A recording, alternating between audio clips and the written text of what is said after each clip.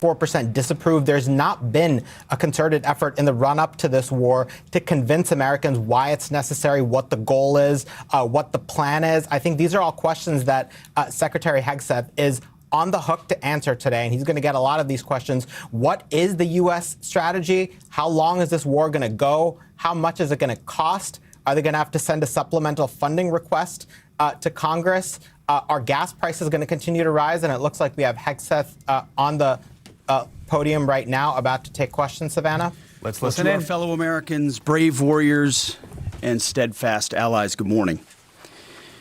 You know, as someone who led soldiers in the streets of Baghdad and Samarra, Iraq, and who trained counterinsurgents in Kabul, Afghanistan, and who still carries the weight of brothers lost to Iranian terrorist proxies, many backed by the same Iranian regime we're confronting now.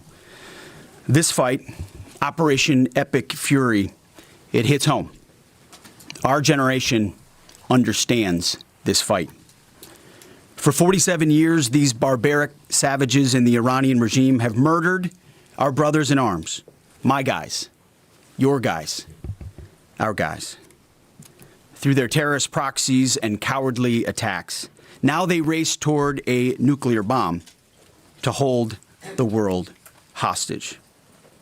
The Iranians have targeted and killed thousands of my American brothers.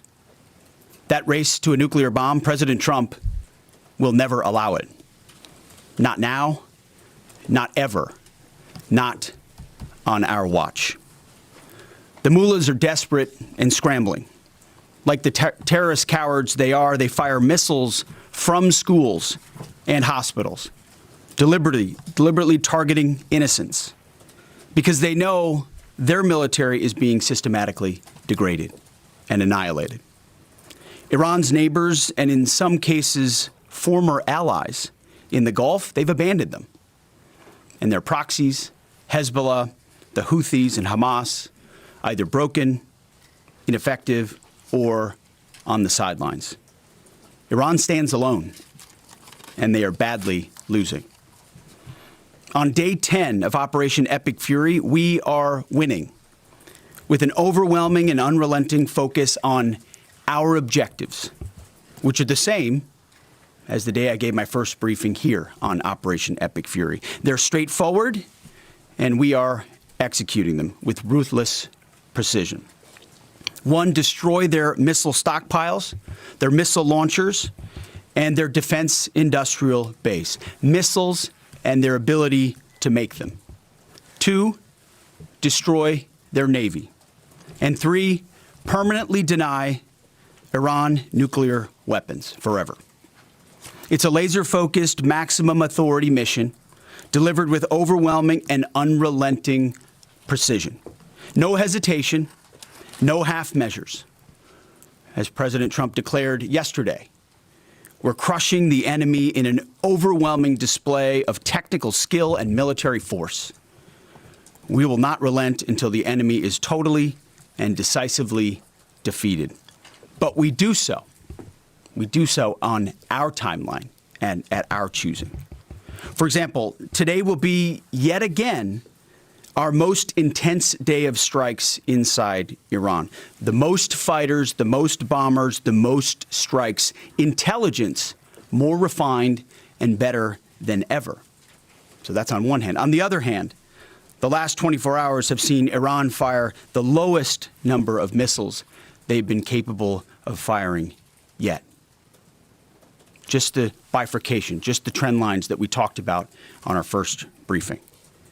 You see, this is not 2003.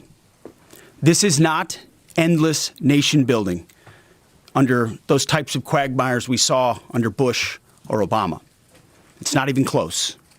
Our generation of soldier will not let that happen again, and nor will this president, who very clearly ran against those kinds of never-ending, nebulously scoped missions. Those days are dead. Instead, we're winning decisively with brutal efficiency, total air dominance, and an unbreakable will to accomplish the president's objectives on our timeline. We stay locked on the target because here at the Department of War, that's our job. Now, the chairman and I, having just returned from Dover last night, our troops and their families and the enormous sacrifice that they make is certainly heavy on my mind. So I'll close with scripture, drawing strength from Psalm 144. Blessed be the Lord, my rock, who trains my hands for war and my fingers for battle. He is my loving God and my fortress, my stronghold and my deliverer, my shield, in whom I take refuge. May the Lord grant unyielding strength and refuge to our warriors, unbreakable protection to them and our homeland, and total victory over those who seek to harm them. And amen. God bless our troops and this mission. Mr. Chairman, over to you. Thank you, Mr. Secretary, and good morning, everyone, and thank you for being here. I'm here today to continue the updates to the American people and to those in the room on Operation Epic Fury. First, let me start with honoring our fallen.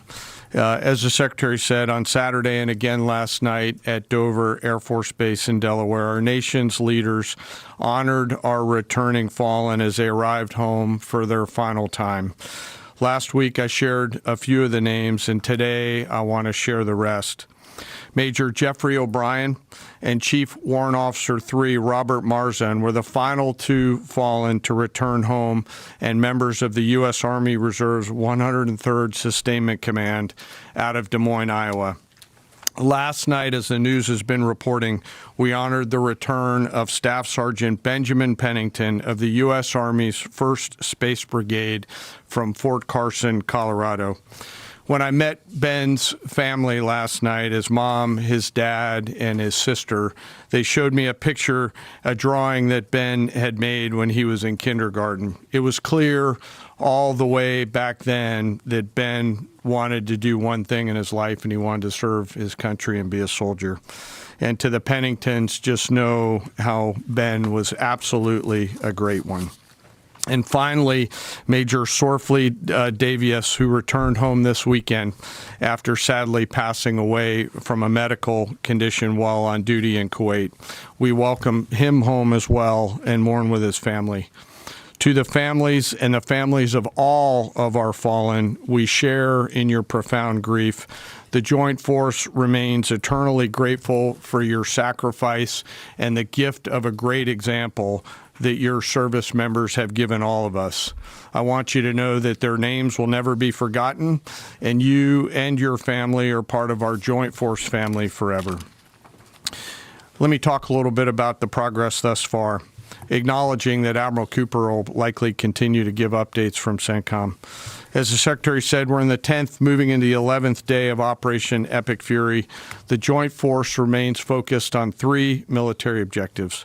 Continue to destroy Iranian ballistic missiles and drone capability in order to prevent attacks on the U.S. and others throughout the region. And this means attacking launch sites, command and control nodes, stockpiles before they can threaten our personnel, our facilities, and our partners.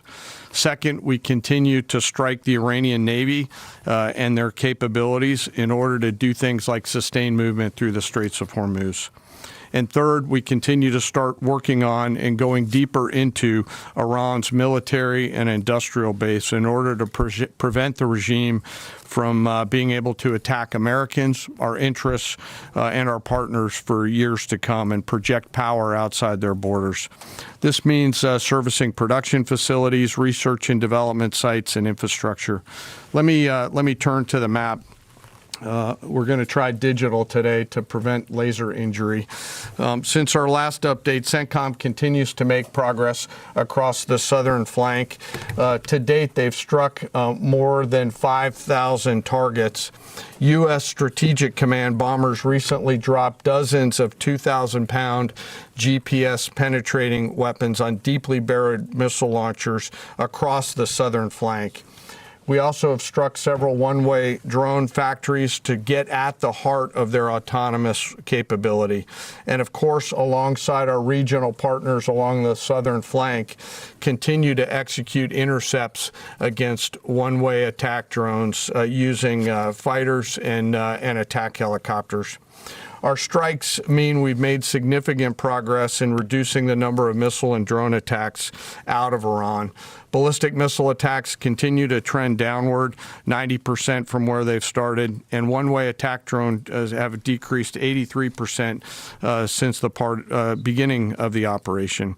A testament to our air defenders and our air defense systems, and as I said, our partners in the region continue to do great work as well. Second, we're making substantial progress towards destroying the Navy. In the first 10 days of the conflict, we're more than 50 Iranian naval ships into the campaign using a combination of artillery, fighters, bombers, and sea-launched missiles. As Admiral Cooper noted last Thursday, we struck and sank an Iranian drone carrier ship, and U.S. CENTCOM continues today to hunt and strike mine-laying vessels and mine storage facilities. This work will continue. Third, against our objectives, we've begun to target Iran's military and industrial complex, again, focusing on centers of gravity to get upstream of the shooters out in the field in order to deny them the ability to continue to generate those one-way attack drones. Let me spend a minute talking about the joint force. Across the area of responsibility, this is gritty and tireless work, and I cannot begin to explain how incredibly proud I am of the extraordinary courage, tenacity, and grit and professionalism within the joint force. Last time I had a chance to talk about the Army's incredible logisticians who are out there sustaining the fight. Today I want to highlight a few groups of sailors. First, I want to thank the men and women of the Ford Carrier Strike Group and their families, and let all of them know how grateful I am for their leadership and service. The crews on board this strike group have already been endured months at sea, only to get their deployment extended. These exceptional Americans, rogered up, all supported by their families, continue to stand the watch, taking the fight to the enemy over and over again, night after night. Aboard ships like the USS Ford and the Abraham Lincoln are a special group of sailors I want to highlight today. These are the men and women, the sailors up on the roof running operations on the flight deck. With an average age of the early 20s, these are the unsung heroes of naval aviation. These young sailors, known for wearing yellow shirts, are in charge of the catapults, taxiing jets around on the flight deck, shooting jets off the front end, and recovering jets off the back end. They are literally involved with every single movement on the roof on an aircraft carrier. They are the last ones that a naval aviator sees before getting shot off the front end, and the first one that a naval aviator sees after safely trapping on the back end. And just for a minute, imagine you're standing on that aircraft carrier flight deck.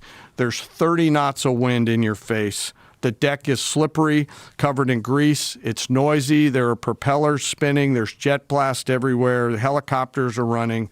Your head is on a swivel, and you're trying to direct a multi-million-dollar fighter into a 1-foot square box so that those naval aviators can be shot off into the black of night to go do America's work. Those jets are fully loaded with missiles and bombs, and they are a world-class team combined with the naval aviation and the aviators in those jets. This beautiful symphony of American spirit is the definition of perfectly organized chaos, and these crews do it every single time the carrier is at work. Oh, by the way, in the middle of the night and oftentimes in the pouring rain. These are dedicated young people who take the road less traveled to serve their great nation, doing the deeds that we need them to do. America's enlisted force is the pride of every nation's military, certainly ours, and the envy of every other one as well. Each and every one of them out there across the joint force are extraordinary, and in particular today I want to highlight the yellow shirts. Ladies and gentlemen, our work continues. It'll continue to be difficult. I ask every American to keep our deployed force and their families in our thoughts. Combat deployments can be tough on the force and the families, and it's important that we continue to remember that. I remain deeply humbled by the 2.8 million members of the Joint Force, and I'll end where I started, and that's remembering our fallen and their families whose sacrifice will be felt forever. And with that, I'll take some questions with the Secretary. A beautiful symphony of American spirit. Well said, Mr. Chairman. Thanks, sir. And I will just note that no other country in the world is capable of executing what the chairman just described, day after day, night after night, unrelenting. Well said. Thank you. Yes, sir. Alexandra Ingersoll, One America News. You talked, Mr. Secretary, you talked at the conference in Florida on Thursday that there was a 90% missile capabilities degradation and 83% drone degradation, and I know the chairman just repeated those numbers. We've seen the most amount of fighting these past 5 days. Is there any update to those percentages? And also, are you able to give any quantification of degradation to the enemy's nuclear capabilities yet? What those numbers represent is a persistent low ability to respond, which is what we're looking for, right? It's if the enemy can simply wait and then project power, that's problematic. And we've seen some spurts here or there, but ultimately the trend lines, if you look at the charts that we look at every day, have gone like this down to a flat. It doesn't mean they won't be able to project. It doesn't mean our air defenders still don't have to defend. They do, but that is strong evidence of degradation, along with the battle damage assessment that the Joint Staff does, which takes time. You've got to look at imagery and recognize whether something's been simply degraded or it's been destroyed, or whether an underground facility has been collapsed or completely obliterated. So there's differences in how you evaluate that, but the numbers staying that low is a demonstration of the efficacy for sure. Yeah, Rhea. Thanks, Mr. Secretary. There's been reports that the new leader of Iran has been wounded. Do you know if this is true and what his condition is? And then another one, President Trump said he had a really good call with President Putin yesterday. Will Russia be aiding us in this conflict, and can you share anything on that? Well, the president, as I've said before, maintains strong relationships with world leaders, which creates opportunities and options for us in very dynamic ways. So the president said it was a good call. I was not on it, but those that were said it was a strong call, reaffirming hopefully the opportunity for some peace in Russia, Ukraine, and also a recognition that as it pertains to this conflict, they should not be involved. The first question was? On the new leader of Iran, there's reports that he's been wounded. Oh, the new leader of Iran.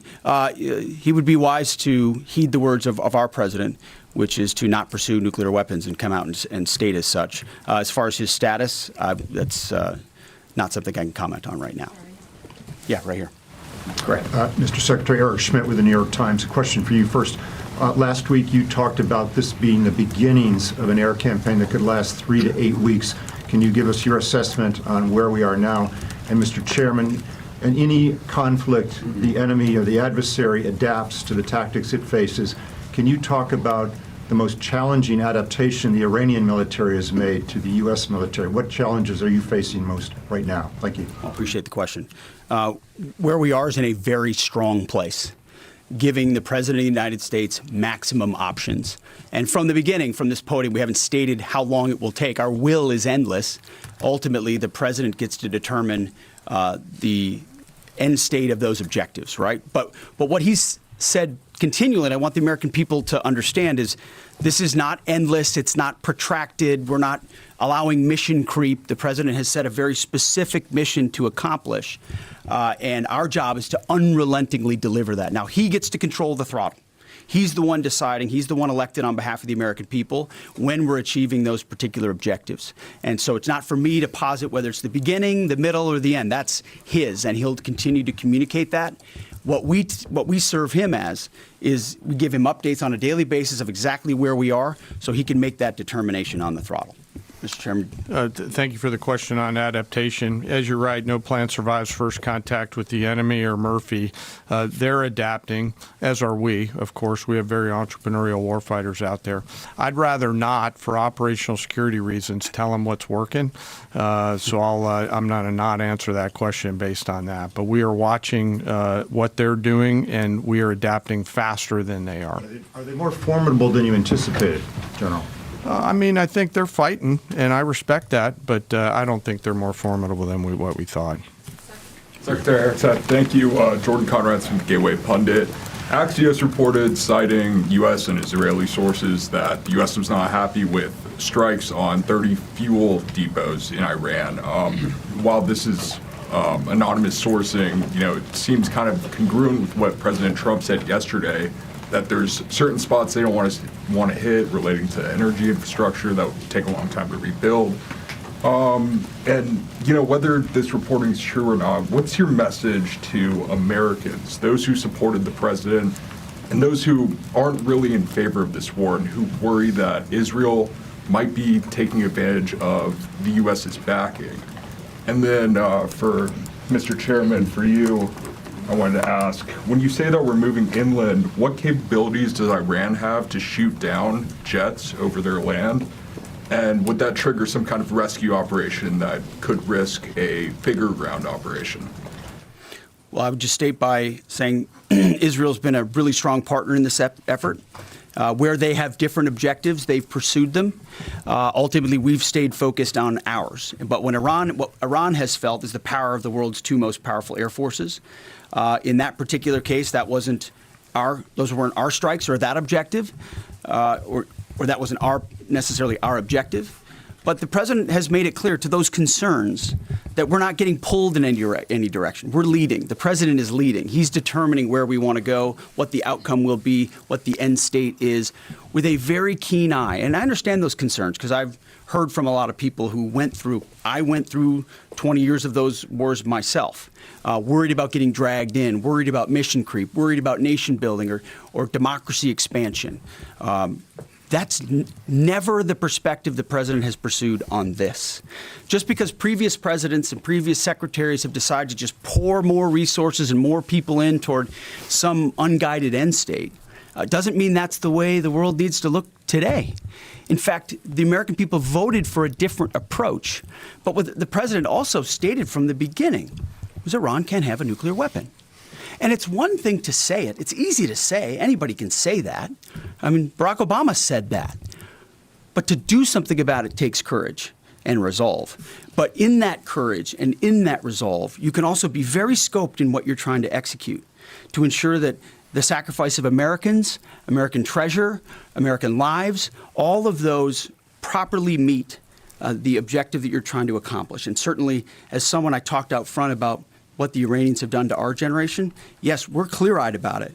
But my job is to keep it scoped, given the directive to the president to accomplish the mission. Thank you for the question.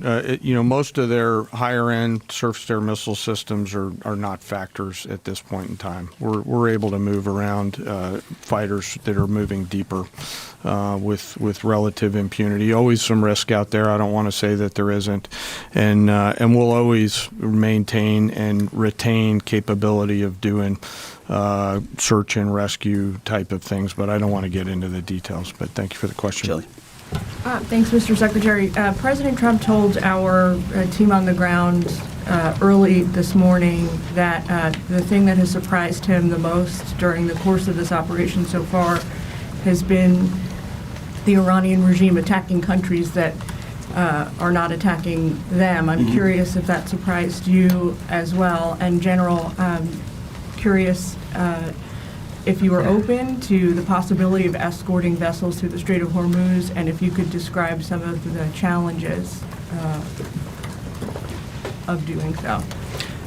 Big mistake by the Iranian regime to start targeting its neighbors right away, exposing who they are and what they're all about, indiscriminate targeting, flailing recklessly at the beginning. I can't say that we anticipated necessarily that's exactly how they would react, but we knew it was a possibility. And I think it was a demonstration of the desperation of that regime then and that regime now, that they still think their pathway out is to try to alienate their Arab partners even more, who've instead decided to come to us and have been willing to go on the offense, have been giving us access, spacing, and overflight in a new partnership that will continue to remake the region the way that President Trump did with the Abraham Accords. So you're pushing those countries in our direction to support this effort, further alienating Iran. And I think it's worth underscoring. I see in the media banners that say, war expanding or war spread. it's actually the opposite. It's actually quite contained, and more of those countries are coming on side, recognizing that you can't live under a conventional umbrella with nuclear ambitions with a radical regime like that. Again, properly scoping the objectives in the process. And then you want to talk about the Strait? Sure. On the potential, if tasked to escort, we'll look at the range of options to set the military conditions to be able to do that. And then, like we always do with every potential mission, come to the Secretary and the President with both what are the resources required, what is the command and control required, and what are the risks, and how do we mitigate those risks. So we're looking at a range of options there, and we'll figure out how to solve problems as they come to us. But I would reiterate also to add to what the chairman said, the truth the president posted last night about that, saying if Iran does anything to stop the flow of oil within the Strait of Hormuz, they will be hit by the United States of America 20 times harder than they have been hit thus far. He goes on to say, death, fire, and fury will rain upon them. You've seen the truth and read it. But he takes very seriously the condition of that straits. We have capabilities that no other nation on earth has, and we're certainly working with our energy partners across the administration to control for that. That's part of that scoping of this. The world needs to understand this doesn't have, this isn't intended to be, nor is it something that will expand. We know exactly what we're attempting to achieve here, scoped properly, and the American people can count on that for sure. Thank you so much, Secretary Hegseth. President Trump has long said that he wants to minimize the loss of life in war, which wherever it occurs in whatever country, which so many people obviously appreciate. Can you detail the specific measures the Pentagon is taking to minimize civilian casualties and strikes inside Iran? And secondarily, is the Pentagon prioritizing replenishment of precision-guided munitions, long-range strike weapons, or air defense interceptors? And can you share any details on which systems are being prioritized? Yeah, seeing it from the inside every single day, including this, no nation takes more precautions to ensure there's never targeting of civilians than the United States of America. From the boat strikes in the Caribbean, where every single strike is assessed to this campaign here, no nation in the history of warfare has ever attempted in every way possible to avoid civilian casualties. And frankly, that's a point that just isn't appreciated enough. Where things happen that need to be investigated, we will investigate to the question shouted in the back. That it's not, open source is not the place to determine what did or did not happen. We take things very, very seriously and investigate them thoroughly, which takes time, and which is why it does take time. But ultimately, unlike Iran, who targets civilians indiscriminately, who we've seen in the intel moving rocket launchers into civilian neighborhoods, near schools, near hospitals, to try to prevent our ability to strike. That's how they operate. And then they set the targeting of drones and missiles toward civilian targets, hospitals, hotels, airports. CENTCOM's been very good about putting that information out. That's how terrorist regimes fight. They target civilians. We do not. And I can tell you this administration and this Pentagon focuses on that very, very closely. Does it have Tomahawk missiles? Does that mean you will hold someone accountable if it turns out that that was a US This morning, munition that hit the the Iranian school? government is saying a lot. They continue to say they're prepared for a long war. If that's the case, what could you tell the American people as far as the steps the Department of War is taking to make sure our troops have the protection and the resources they need as the mission continues? I think there's one thing I can sleep quietly at night knowing is that we're giving every resource humanly possible to our troops on the front lines to ensure they're protected. In fact, as I said in that first press briefing, even before we set the offense, we set the defense. We made sure we had the ability to defend, and then we moved as many Americans off the bases and into other places as possible. So as this progresses, the chairman, or the question was asked of the chairman about how the enemy adapts. Well, of course, we adapt too, in real time. And to watch our warriors iterate on air defense and interdiction on drones and missiles and how we get after it, it's incredible how they refine the tactics, bring in new assets to find different ways of getting at emerging technologies. So that is one of the things we're laser focused on every day. Yes, we're going on offense more effectively than any country in human history, but we're also ensuring that in every way possible we're defending the best Americans we have who wear our uniform, no doubt. Let's do one more. Thanks, Secretary Hegseth. The president has indicated that maybe the operation will wrap up sooner than he thought it was going to. What's the plan once the U.S. stops military action? Will the U.S. play a role in the aftermath, or will they leave Iran to sort it out? Ultimately, the aftermath is going to be in America's interests, our interests. We won't live under a nuclear blackmail scenario of conventional missiles that can target our people, which is why the objectives have been scoped from the beginning. Missiles, missile production, a defense industrial base, Navy, all in service of ensuring they don't have nuclear power projection capabilities. That's what matters to President Trump. That's what matters to the American people. And ultimately, that's why we're so laser focused on ensuring those objectives and those objectives alone are met. Thank you. Appreciate it. Thank you.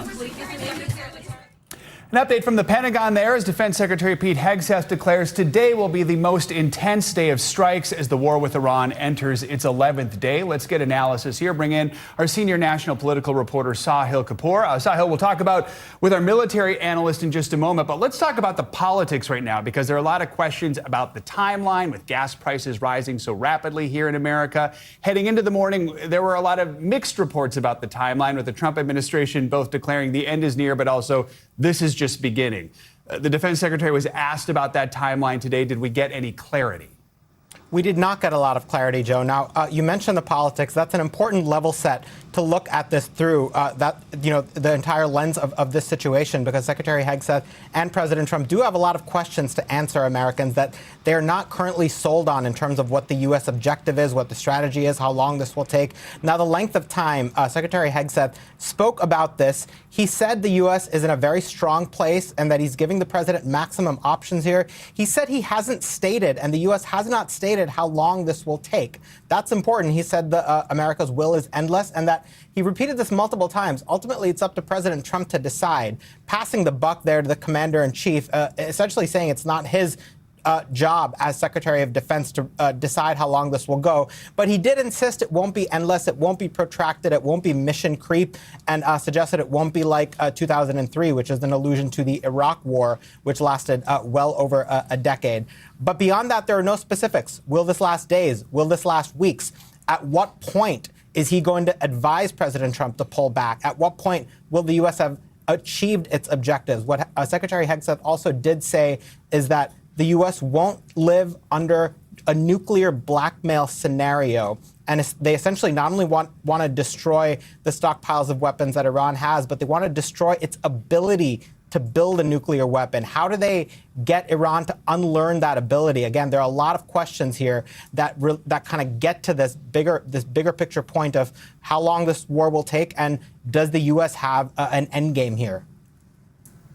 All right, Sahil Kapoor, thank you very much. Let's now bring in NBC News military analyst Colonel Steve Warren to help us here understand what we just learned from a military perspective. Joe mentioned just a moment ago, we heard from the Defense Secretary saying today will be the most intense day of strikes. We also got an update on the degradation of their ballistic missile and drone capabilities.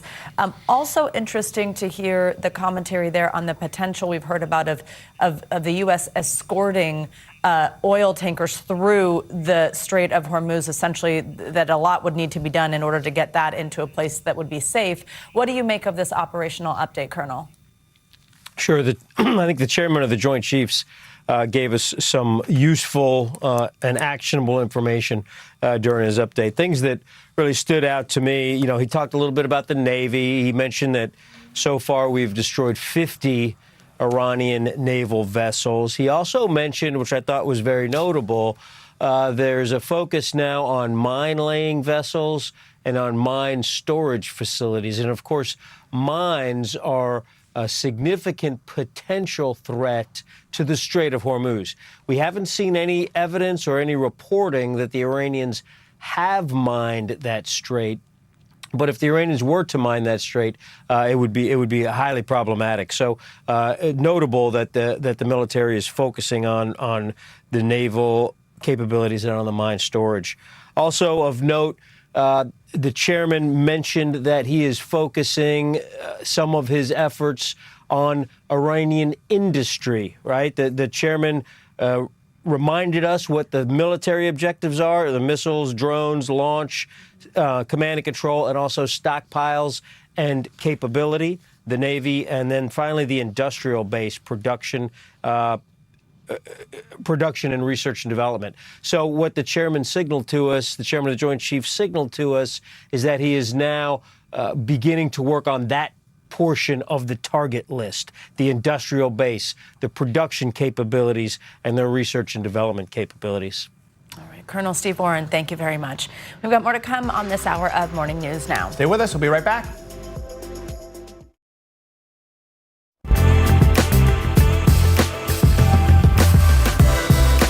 Campbell County